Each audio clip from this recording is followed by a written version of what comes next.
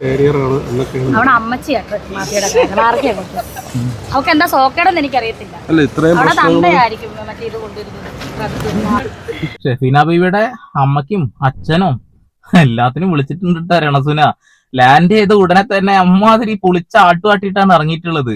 കിച്ചുവുമായി ബന്ധപ്പെട്ടുള്ള കാര്യങ്ങൾക്കൊക്കെ കൃത്യമായ മറുപടി പറയുന്നുണ്ട്. പക്ഷെ കൃത്യമായ മറുപടി എന്ന് അവർക്ക് തോന്നുന്നതാണ്, കൃത്യതയില്ലാത്ത മറുപടിയാണെന്നത് കേൾക്കുന്ന ഏതൊരു മനുഷ്യനും തോന്നുന്നുള്ളതാണ്. ആ ചെക്കൻ ആകെ ഡള്ളായി ഡസ്പായി ഒരു ഇതായിട്ട് ജീവിച്ചോണ്ടിരിക്കുമ്പോ അതിനിടയിൽ രണസുന എന്റെ പൊന്നോ അഹങ്കാരം തലക്ക് പിടിച്ചിട്ട് ആഭാസത്തരം കാണിച്ച് ഇങ്ങനെ നടന്നുകൊണ്ടിരിക്കുന്നു. ഇതിന്റെ പിന്നാലെ ഈ സോഷ്യൽ മീഡിയയിൽ ഈ ക്യാമറ പിടിച്ച് നടക്കുന്ന ആളുകൾ പോക്ക് നിർത്തിയാൽ തന്നെ ഈ പ്രശ്നങ്ങൾ തീരുന്നുള്ളതാണ്. പിന്നെ നമ്മൾ എന്താ റിയാക്ട് ചെയ്യുന്നത് വെച്ചാൽ ഈ കിച്ചുവുമായി ബന്ധപ്പെട്ടുള്ള കാര്യങ്ങൾ ചർച്ച ചെയ്ത സ്ഥിതിക്ക് അതിന്റെ ഒരു എൻഡ് എന്താണെന്ന് അറിയണ്ടേ, അതിനു വേണ്ടിയിട്ടാണ്. രണസുനക്ക് പറയാനുള്ളത് മുഴുവൻ കേൾക്കാം. കിച്ചുവിനെ സംബന്ധിച്ച് ഇപ്പൊ കിച്ചുവിന് 10-22 വയസ്സായി, പ്രായപൂർത്തിയായ ഒരു മകനാണ്. സോ അവനിപ്പം സ്വന്തമായിട്ട് സമ്പാദിക്കാറൊക്കെ ആയി. പിന്നെ അവൻ എന്തും പറയട്ടെ, അവന് എന്താ പറയുക, അവൻ വന്ന് പറയുന്ന അവൻ്റെ അഭിപ്രായങ്ങളും കാര്യങ്ങളും. ഇപ്പം അതിനകത്ത് വിയോജിപ്പോ കാര്യങ്ങളോ അവൻ ആരോടോ പിണക്കങ്ങളോ ഒന്നുമില്ല. പിന്നെ ഇതിൻ്റെ പുറകിൽ ആരൊക്കെയാണ് കളിച്ചതെന്നും എന്തിനാണ് മാനിപ്പുലേറ്റിംഗ് നടത്തി, അതുപോലെ തന്നെ എല്ലാവരും റീച്ചിന് വേണ്ടിയിട്ടാണ് ചെയ്തത്. എല്ലാവരും റീച്ചിന് വേണ്ടിയിട്ടാണ് ചെയ്തത്. ഇതിന്റെ പിന്നിൽ മാനിപ്പുലേഷൻ നടന്നെന്ന് പറയുമ്പോൾ എന്താണ് താങ്കൾ ഉദ്ദേശിക്കുന്നത്? പിന്നെ അഭിപ്രായം പറഞ്ഞ അഭിപ്രായമല്ല, അവന്റെ ജീവിത സാഹചര്യങ്ങളാണ് പറഞ്ഞത്, അവൻ ജീവിതത്തിൽ അനുഭവിച്ച വിഷയങ്ങളാണ് പറഞ്ഞിട്ടുള്ളത്. അത് നിങ്ങൾ എങ്ങനെയാണ് അഭിപ്രായം മാത്രമാക്കി കാണുന്നത്? അവൻ അനുഭവിച്ചിട്ടുണ്ടാവും നിങ്ങളുടെ വീട്ടിനകത്ത് വെച്ചിട്ട്, അത് തുറന്നു പറയുന്നു. കൃത്യമായി മറുപടി പറയാനില്ലെങ്കിൽ പറയാതിരിക്കുകയാണ് എന്റെ പൊന്നു രണസുന നല്ലത്. ഒരുപാട് വഴക്ക് പറയുന്നുണ്ടായിരുന്നു, അവനെ ചേർത്ത് പിടിച്ചില്ല എന്നൊക്കെ പറയുന്നുണ്ട്. അപ്പം ഈ കഴിഞ്ഞിടെ വരെയും ഈ 24-ാം തീയതി വരെയും ചേർത്ത് പിടിച്ചുകൊണ്ടിരുന്നിട്ടും പിന്നെ പെട്ടെന്ന് എന്താണ് ചേർത്ത് പിടിച്ചില്ല എന്നൊക്കെ പറയുന്നത്, അതൊക്കെ വെറുതെ. എനിക്കറിയില്ല, ഞാൻ എന്നെ കൊണ്ട് പറ്റുന്ന പോലെ ഞാൻ ചെയ്തിട്ടുണ്ട്, നോക്കിയിട്ടുണ്ട്. 22 വയസ്സുള്ളൊരു കുട്ടിയാണ്. അപ്പം വളർന്നു വന്ന കുട്ടിയാണ്, പ്രായപൂർത്തിയായ കുട്ടിയാണ്. ഇനി അവൻ്റെ സ്വന്തമായിട്ട് സമ്പാദിക്കാറായി ജീവിക്കട്ടെ. എനിക്കെന്തായാലും ജീവിക്കണം. കാരണം എന്ന് വെച്ചാൽ എനിക്ക് ഋതപ്പൻ 6 വയസ്സേ ഉള്ളൂ, അവൻ കുഞ്ഞാണ്. അവന് വേണ്ടിയിട്ട് എന്തായാലും ജീവിച്ചേ പറ്റത്തുള്ളൂ. അത് ഞാൻ മുന്നോട്ട് അങ്ങനെ തന്നെ പോകും. 22 വയസ്സുള്ള പയ്യന് വേണ്ടിയിട്ട് 24-ാം തീയതി വരെ പണിയെടുത്തിട്ടുണ്ടെന്നാണ് പറയുന്നത്. അതായത് 500, 200, 300 അയച്ചു കൊടുത്തില്ലേ, അതാണ് പറയുന്നത്. സാമ്പത്തികമായിട്ടുള്ള ആ ഒരു സഹായത്തെയാണ് ഇവര് എന്തുവാ ഞാൻ പറയാ, ഒരമ്മ ഒരിക്കലും പറയാത്ത, ഒരച്ഛൻ ഒരിക്കലും പറയാത്ത വാക്കുകൾ രണസുന പറയുന്നു. ശരിയാണ്, അവരുടെ രക്തബന്ധത്തിലുള്ള ഒരാളൊന്നുമില്ല. പക്ഷെ നിങ്ങൾ ഈ പയ്യനെ കൺവിൻസ് ചെയ്യിച്ചിട്ടാണ് സുധിയുടെ ജീവിതത്തിലേക്ക് വന്നിട്ടുള്ളത്. സ്വാഭാവികമായിട്ടും ആ ഒരു ചെക്കൻ അവൻ വിചാരിച്ചിട്ടുണ്ടാവും അമ്മയെ പോലെ തന്നെയാണ്, അമ്മ തന്നെയാണ് എന്നുള്ളത്. അതിനെയാണ് ഇപ്പൊ നിങ്ങൾ ഒരാളുകൾക്ക് സ്ക്രീൻഷോട്ടും കാര്യങ്ങളൊക്കെ ഷെയർ ചെയ്തിട്ട് നാണം കെടുത്തിയത്. ചെക്കനെ നാണം കെടുത്ത് ചെയ്തിട്ടുള്ളത് അല്ല, ചേർത്ത് വെക്കല്ല എപ്പോഴും ചെയ്തിട്ടുള്ളത്. നിങ്ങൾ നല്ലൊരു അമ്മയാണെങ്കിൽ തീർച്ചയായിട്ടും വിഷയത്തിൽ നേരിട്ട് അവനെ വിളിച്ച് സംസാരിക്കുകയായിരുന്നു വേണ്ടിയിരുന്നത്. അവൻ ചിലപ്പോൾ ആ വീഡിയോ ടേക്ക് ഡൗൺ ചെയ്തേനെ. പക്ഷെ നിങ്ങൾ അതല്ല ചെയ്തത്. അത് ഓരോ ആളുകൾക്ക് ഇട്ടുകൊടുക്കും. വാശിയാണ്. മറ്റുള്ള ആളുകൾ സഹായിച്ചാലും സഹായിച്ചില്ലെങ്കിലും അവരെ തകർക്കാനുള്ള വാശി, ഒരു വല്ലാത്ത വാശി തന്നെയാണ് കേട്ടോ അത്.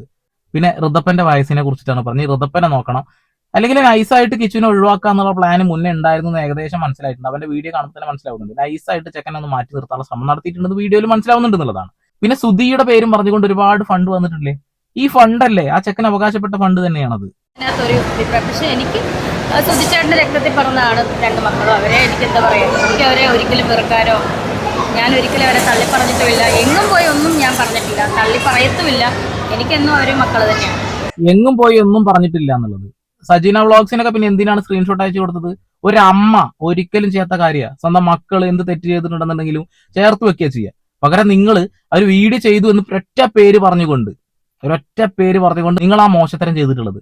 ആ ഒരു സ്ക്രീൻഷോട്ട് അയച്ചതോട് കൂടിയിട്ട് നിങ്ങളുടെ വാല്യൂ മുഴുവൻ പോയി. ആ പയ്യന് നിങ്ങളോടുള്ള ഒരു ഇറ്റ് സ്നേഹമെങ്കിലും ഇപ്പൊ ഇല്ലാണ്ടായി ഉണ്ടാവില്ലേ, തകർന്നു തരിപ്പണായി. അതിന്റെ ഇടയിൽ സജീന വ്ളോഗ് പറയുന്നുണ്ട് അവന്റെ കൂട്ടുകാരന്മാർ അവൻ എന്തിനാണ് ഒഴിവാക്കി പോയത് ഞങ്ങൾക്ക് അറിയാമെന്നൊക്കെ. പിറ്റേ ദിവസം വരുന്ന വീഡിയോ കൂട്ടുകാരൊപ്പമുള്ള വീഡിയോ ആണ് അവൻ. അത് ആലോചിക്കണം.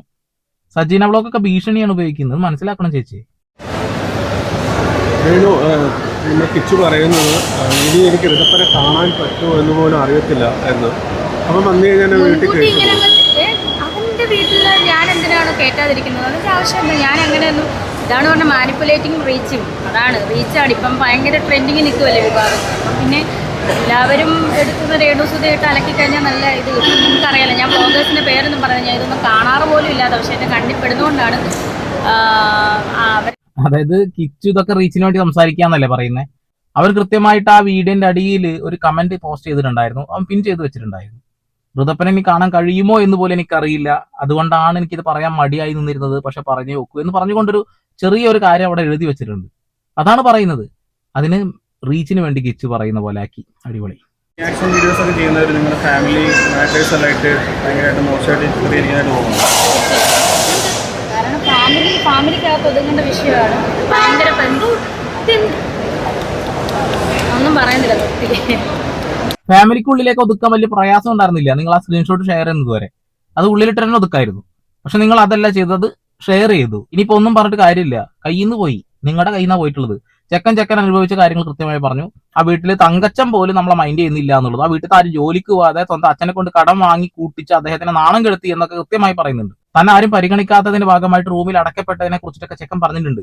ഒരു തരി നുണയായിട്ട് തോന്നിയിട്ടില്ല. അവന്റെ കണ്ണുനീരിനൊപ്പം ഞങ്ങളും കണ്ണുനീര് ഒഴുക്കിയിട്ടുണ്ട് എന്നുള്ളതാ. അത് മനസ്സിലാക്കണം നിങ്ങൾ.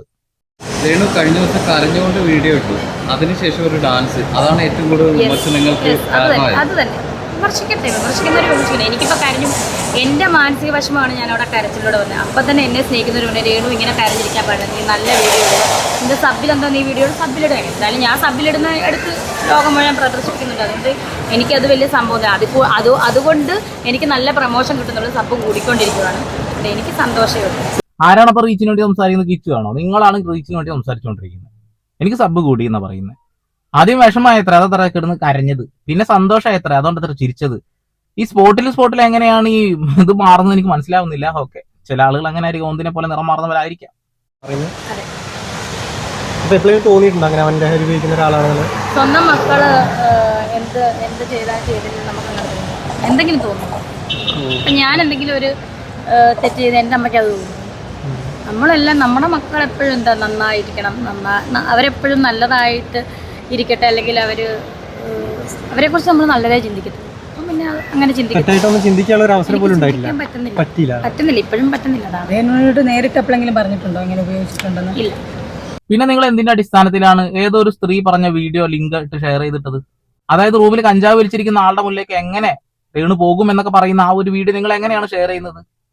നിങ്ങൾ ഡബിൾ സ്റ്റാൻഡ് എടുക്കരുത്. നിങ്ങളാണ് ഷെയർ ചെയ്തിട്ടുള്ളത്. ആ വീഡിയോ മുഴുവൻ കണ്ട ഞാൻ റിയാക്ട് ചെയ്തിട്ടുണ്ട്. വേണമെങ്കിൽ ഡിസ്ക്രിപ്ഷനിൽ ഇട്ടിട്ടുണ്ട്, കമന്റിൽ പിൻ ചെയ്ത് വെച്ചിട്ടുണ്ട്. നിങ്ങളത് കണ്ടുവെക്ക്. ആ ചേച്ചി എന്തൊക്കെയാണ് പറഞ്ഞിട്ടുള്ളത് എന്നുള്ളത്. നിങ്ങളത് ലിങ്ക് ഷെയർ ചെയ്ത സ്ഥിതിക്ക് നിങ്ങൾ അതിനെ അനുകൂലിക്കുന്നു എന്നാണ് അർത്ഥം. പല ലിങ്കും നിങ്ങൾ ഷെയർ ചെയ്തിട്ടുണ്ട്. അതിലൊക്കെ പറയുന്നത് ഈ പയ്യനെ കുറ്റപ്പെടുത്തിക്കൊണ്ടാ. ഞാനൊന്നും പറഞ്ഞില്ല എന്ന് പറഞ്ഞ് ഊരി പോകാനൊന്നും കഴിയില്ല. അവൻ ലഹരി ഉപയോഗിക്കുന്ന ആളാണോ എന്ന് നിങ്ങളുടെ കാലങ്ങൾക്ക് മുമ്പ് ചോദിച്ചപ്പോൾ അവൻ ഉപയോഗിക്കുന്നില്ല എന്ന് തന്നെയാണ് പറഞ്ഞുള്ളത്. പിന്നെ അത് ഉപയോഗിക്കുന്നുണ്ടെന്ന് പറയുന്ന ഒരാളുടെ വീഡിയോ നിങ്ങൾ ഷെയർ ചെയ്തത് ഊളത്തരാണ്. പിന്നെ കിച്ചുവിനെ അവിടെ കംഫർട്ടബിൾ അല്ലാത്തത് കൊണ്ടാണ് കൊല്ലത്തെ വീട്ടിലേക്ക് പോയതെന്ന് പറയുന്നത്. അതെന്താണ് കംഫർട്ടബിൾ ആകാത്തത്? എനിക്കറിയില്ല. അത് കിച്ചുവിനല്ലേ ചേട്ടാ, എനിക്കറിയാം എന്താണ് അത്രയും നാളും കംഫർട്ടബിൾ ആയിരുന്നു. പിന്നെ പെണ്ണ് അത് ഞാൻ പറഞ്ഞില്ലേ, അവന് 22 വയസ്സുള്ള യുവാവല്ലേ, അവനിഷ്ടം ചെയ്തിട്ട് അവൻ്റെ ഇഷ്ടം പറയട്ടെ.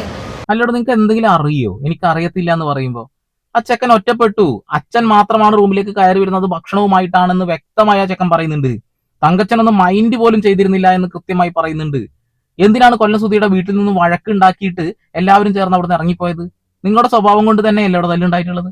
ഇത് നേരെ നിങ്ങൾ നിങ്ങളുടെ വീട്ടിലേക്ക് ആ പയ്യനും കൂടി കൊണ്ടുപോകുമ്പോൾ അവനെ ചേർത്ത് വെക്കേണ്ട ഒരു ഉത്തരവാദിത്വം നിങ്ങളുണ്ട്. അല്ലെങ്കിൽ കൊല്ലം വീട്ടിൽ നിർത്തിപ്പോണം. അതല്ല ചെയ്ത് കൂടെ കൊണ്ടുപോയിട്ട് ആ ചെക്കൻ ഒറ്റക്കൊരു മുറിയിൽ അകപ്പെട്ടു എന്നാ പറയുന്നത്. പിന്നെ അവിടുന്നാണ് ഡിപ്രഷൻ ആവുന്നത്. പിന്നെ അവിടുന്നാണ് എന്തൊക്കെയോ ഉപയോഗിച്ചിട്ടുള്ളത്. അതിന് എനിക്കൊന്നും അറിയില്ല എന്ന് പറഞ്ഞില്ല യാതൊരു അർത്ഥവുമില്ല. മരണപ്പെട്ട് കഴിഞ്ഞ് ആ ഒരു അടക്കവും ചടങ്ങും ഒക്കെ കഴിഞ്ഞതിന് ശേഷം ചെക്കന്റെ കയ്യിൽ 1,80,000 രൂപ ബില്ല് കൊണ്ടു കൊടുത്തു എന്ന് പറയുന്ന കഥകളും കേൾക്കുന്നില്ല നിങ്ങൾ. അതിനൊക്കെ നിങ്ങൾ ഏത് രീതിയിലാണ് കാണുന്നത്? രേണു വഴക്ക് പറഞ്ഞിട്ടുണ്ടോ പഠിക്കാത്തതിന്? അങ്ങനെ എന്തെങ്കിലും സ്കൂളിൽ പോകണമെന്നൊക്കെ പറഞ്ഞിട്ടുണ്ട്. ഷൂട്ടിനൊക്കെ പോകുമ്പോഴത്തേന് 5-8 ദിവസം കഴിഞ്ഞിട്ടാണ് സുചേട്ടൻ വരാറ്. അപ്പം ഞാൻ വഴക്ക് പറഞ്ഞിട്ടുണ്ട്, സ്കൂളിൽ പോകണം, സുചേട്ട ഷൂട്ടിന് കൊണ്ടുപോകരുത്, സ്കൂളിൽ വിടണം. അന്ന് കൊച്ചല്ലേ, അപ്പം അങ്ങനെ വഴക്ക് പറഞ്ഞിട്ടുണ്ട്. അല്ലാതെ എന്താ വഴക്ക് പറഞ്ഞാൽ വിദ്യാഭ്യാസം ഒരു മക്കളെപ്പോഴും വിദ്യാഭ്യാസം കൊടുക്കാനല്ലേ എല്ലാ പേരൻസും പറയുന്നത്. അങ്ങനെ ഞാൻ വഴക്ക് പറഞ്ഞിട്ടുണ്ട്. സ്കൂളിൽ പോകണം എന്ന് പറഞ്ഞ് സുധിച്ചേട്ടനോട് വഴക്ക് പറഞ്ഞിട്ടുണ്ട്. കിച്ചുനോടല്ല, സുധിച്ചേട്ടനോട് വഴക്ക് പറഞ്ഞിട്ടുണ്ട്. ആ കണ്ണും ആ മുഖവും കൃത്യമായിട്ട് മനസ്സിലാക്കി തരുന്നുണ്ട് നിങ്ങൾ എന്താണ് ഇപ്പൊ പറയുന്നത് നുണയാണ് എന്നുള്ളത്. അവന്റെ അച്ഛന്റെ കൂടെ പരിപാടികൾക്ക് പോകാൻ സമ്മതിക്കുന്നില്ല. അതിന് അമ്മ തല്ലുണ്ടാക്കിയിട്ടുണ്ടെന്നാണ് പയ്യൻ പറഞ്ഞത്. സ്കൂളിലേക്ക് പോകുന്ന രീതിയിലേക്ക് അത് മാറ്റി. അടിപൊളി. ഷൂട്ട് സമയത്ത് കിച്ചുവിന് ഇഷ്ടം ഉണ്ടായിട്ട് പോലും കിച്ചുവിനെ വീട്ടിൽ ഒറ്റയ്ക്ക് ഇട്ടിട്ട് പോയി എന്നൊക്കെ പറയുന്നു. ഒറ്റയ്ക്ക് ഇട്ടിട്ട് പോയെന്നല്ല പറഞ്ഞത്, വീട്ടിലെന്ന പോകുന്നതിന് വഴക്ക് പിടിച്ചെന്നാ പറഞ്ഞത് സുചേട്ടനോട്. ഞാൻ പറഞ്ഞ സ്കൂളിൽ പോകുന്ന പിള്ളേർ സ്കൂളിൽ പോകണ്ടേ, അതിന് സുചേട്ടനുമായിട്ട് ഞാൻ വഴക്ക് പിടിച്ചിട്ടുണ്ടായിരിക്കും. അമ്മയല്ലേ. നൈസായിട്ടല്ലേ ആ ഒരു കാര്യത്തെ വളച്ചൊടിച്ചത്. പ്രോഗ്രാമുകളിലേക്ക് പോകുന്ന സമയത്ത് കൊണ്ടുപോകുന്നത് അമ്മയ്ക്ക് ഇഷ്ടമായിരുന്നില്ല. അമ്മ അതുമായി ബന്ധപ്പെട്ടുകൊണ്ട് തല്ല് പോലും ഉണ്ടാക്കിയിട്ടുണ്ട്. അതാ പറഞ്ഞിട്ടുള്ളത്. എന്താ എനിക്ക് ഇപ്പം എന്താ പറയുക, എനിക്ക് മരിക്കാനൊന്നും പറ്റത്തില്ല. എനിക്ക് എൻ്റെ സബ്സ്ക്രിപ്ഷൻ എനിക്ക് എന്തായാലും നിർത്താൻ പറ്റത്തില്ല. ഞാൻ എന്തായാലും എന്താണ്, എനിക്ക് മരിക്കാനൊന്നും പറ്റില്ല, എന്റെ സബ്സ്ക്രിപ്ഷൻ എനിക്ക് ഒരിക്കലും നിർത്താൻ കഴിയില്ല. ചെക്കൻ പിണങ്ങി പോയിട്ടുണ്ടെങ്കിൽ അതിനെ ചേർത്ത് വെക്കുക എന്നുള്ളതല്ലേ നമ്മൾ ആദ്യ പരിഗണന കൊടുക്കുക. അതല്ല, എനിക്ക് സബ്സ്ക്രിപ്ഷൻ അത് നിർത്താൻ പറ്റൂല. എന്റെ പൊന്നെ, ഞാനൊക്കെ 99 ഉണ്ടായിരുന്നപ്പോഴേ ചെയ്തു. 49 കുറെ പെണ്ണുങ്ങളൊക്കെ ഉണ്ട് കേട്ടോ ഇതിനകത്ത്. അതാണ് എനിക്ക് ചിരി. ഞാൻ വേറൊരു ഐഡിയ ചെയ്ത് എന്താ സംഭവം എന്നറിയാം. എന്നിട്ട് എന്തായി? എന്നിട്ട് എന്തായിന്നാ? എന്താടാ? അയ്യയ്യേ, ഇതാണ് സബ്സ്ക്രിപ്ഷൻ വിട്ടു പോകാൻ പറ്റില്ല എന്ന് പറയുന്നേ? അത് ശരി, നിങ്ങൾ തന്നെയല്ലേ ഇതൊക്കെ കാണിച്ചുകൊണ്ടിരിക്കുന്നേ? എന്തായി അമ്മോ? അയ്യേ, നമ്മള് കാണാൻ വൃത്തികേടില്ലാത്തത് നമ്മൾ എന്തായാലും ഒരു പോവാണല്ലോ, എന്തായാലും നമ്മൾ കണ്ടോണ്ടിരിക്കുമല്ലേ. ഈ വൃത്തികെട്ട ഇതൊക്കെ നമുക്ക് കാണാൻ മടിയായിരിക്കും. എനിക്ക് എന്തായാലും വൃത്തികേടായിട്ടൊന്നും എനിക്ക് തോന്നുന്നില്ല. ഞാൻ ഈ ആൽബത്തിനകത്തൊക്കെ കാണിക്കുന്നൊക്കെ തന്നെയാണ് സബിനകത്തും കാണിക്കുന്നത്. കൂടുതൽ എന്തെങ്കിലും പ്രതീക്ഷിക്കാൻ പറ്റുമോ അതിൽ? എന്തിനാ എക്സ്ക്ലൂസീവ് കണ്ടിട്ട് പുറത്തുവിടാല്ലേ വേണ്ട. അതുകൊണ്ട് ഇതൊക്കെ മതിയെന്നേ, പുതിയ പുതിയ വെറൈറ്റി സാധനങ്ങളൊക്കെ ഇറക്കുന്നതായിരിക്കും. ഇതൊക്കെ മതി തന്നെ. കുറച്ച് ഞരമ്പന്മാരുണ്ടല്ലോ, ആ ഞരമ്പന്മാർക്ക് ഇതൊക്കെ മതി. അങ്ങ് വാരിക്കോരി അങ്ങ് കൊടുത്ത് മുന്നോട്ട് പോകുന്നുള്ളതാ. ഇതാണ് സബ്സ്ക്രിപ്ഷൻ ആണ് മെയിന്. കുട്ടികൾ ഒരു വിഷയം കാര്യങ്ങളൊക്കെ ഉണ്ടായിരുന്നെങ്കിൽ പോയി പൊണി നോക്കട്ടെ, പുല്ല് പോട്ട് എന്നുള്ളൊരു മനോഭാവമാണെന്നുള്ളതാണ്. കിച്ചു പറഞ്ഞതൊക്കെ റീച്ചിന് വേണ്ടിയിട്ട്, ഇവർ കാണിച്ചു കൂട്ടുന്നതൊക്കെ എന്തുണ്ടാക്കി വേണ്ടിയിട്ടാ? നിങ്ങളുടെ അഭിപ്രായം രേഖപ്പെടുത്തുക. ഇത് വല്ലാത്തൊരവസ്ഥയാണ്. ഇനി കിച്ചുമായി ബന്ധപ്പെട്ട് ഇതിന് പറയുമെന്ന് എനിക്ക് തോന്നുന്നില്ല. കാരണം ചെക്കൻ പേടിച്ചിട്ടുണ്ട് എന്നുള്ള കാര്യത്തിൽ തർക്കമൊന്നും വേണ്ട. അപ്പൊ കഴിഞ്ഞ ദിവസം റീലിട്ടിരുന്നു ഒറ്റപ്പെടലുമായി ബന്ധപ്പെട്ടുകൊണ്ട്, അവന്റെ കൂട്ടുകാർ അവനെ ചേർത്ത് വെക്കുന്നതുമായി ബന്ധപ്പെട്ടുകൊണ്ട്. ഇനിയും ഇതിന് മറുപടികൾ പറയാതെ പോയി തന്നെയാണ് ആ പയ്യനും നല്ലത്. അല്ലെങ്കിൽ ഇത് നീണ്ടു പോകും. ഇനി രേണുസുതി അടുത്ത ഇന്റർവ്യൂ വരും, കണ്ടോ. ഇന്ന് എത്തിയിട്ടല്ലേ ഉള്ളൂ, ലാൻഡ് ചെയ്തിട്ടുള്ളൂ. 2-3 മണിക്കൂറായിട്ടുള്ളൂ ലാൻഡ് ചെയ്തിട്ട്. ഇനി വരാൻ കിടക്കുന്നുള്ളൂ. നിങ്ങളുടെ അഭിപ്രായം രേഖപ്പെടുത്തുക. വീണ്ടും വരെ പുതിയ വാർത്താവിശേഷങ്ങളുമായി സന്ദീപ് പോൾ സൈനിങ് ഓഫ്.